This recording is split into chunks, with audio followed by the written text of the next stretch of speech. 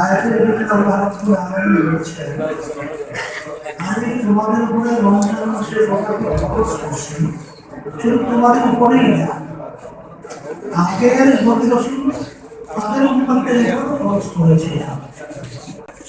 কেন?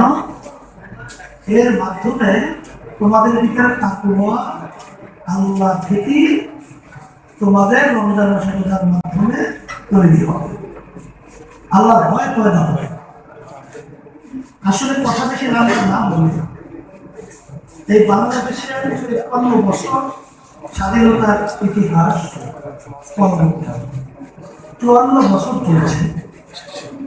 আসলে যাদের মাধ্যমে আমাদের দেশটা চলছিল, এদের মধ্যে আল্লাহর ভয় আসলে ভিতরে না থাকার কারণে আমাদের দেশের মধ্যে আমরা এত সুন্দর দেশটা তাদের পরিচালনায় তাম দুনিয়ার মধ্যে এই দেশটা একবার দুইবার নয়, চোরের দিক থেকে, দুর্নীতির দিক থেকে হ্রাস পেয়েছে। এরকম 5 বার হ্রাস পেয়েছে তাম দুনিয়ার মধ্যে এদের পরিচালনায়। এর কারণ কি? আল্লাহর ভিতরে পয়দা না হওয়া।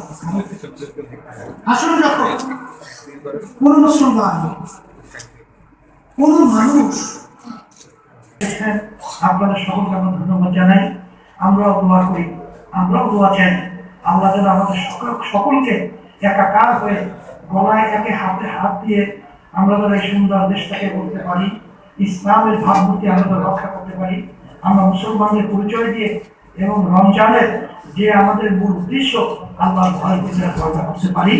এই জন্য আমিও দোয়া করি, আমিও দোয়া করছি। সাংবাদিক ভাইদেরকে আমি ধন্যবাদ জানাই এবং সকল আমার মুরব্বী এবং যারা এসেছেন এবং যারা আয়োজন করেছেন সকলকে ধন্যবাদ জানিয়ে দোয়া করতেছি। আল্লাহুম্মা আমিন। রব্বানা আতিনা ফিদ দুনিয়া হাসানাহ ওয়া ফিল আখিরাতি হাসানাহ ওয়া কিনা আযাবান্নার।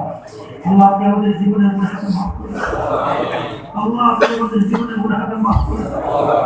রব্বুল আলামিন আপনি আমাদেরকে ফেরদাউস বেহেশত নসিব করেন। আল্লাহ জাহান্নাম থেকে আমাদেরকে মুক্তি দান করেন।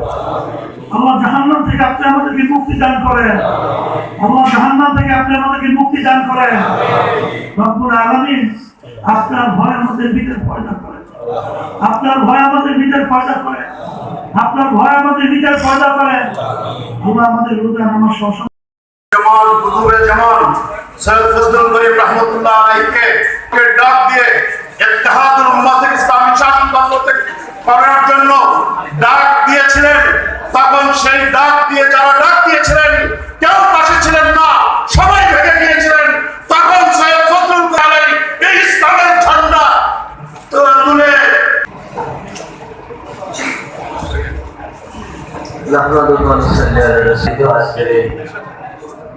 ইফতার মাহফিলের মহতারাম সভাপতি ওয়াজিবুল শাহ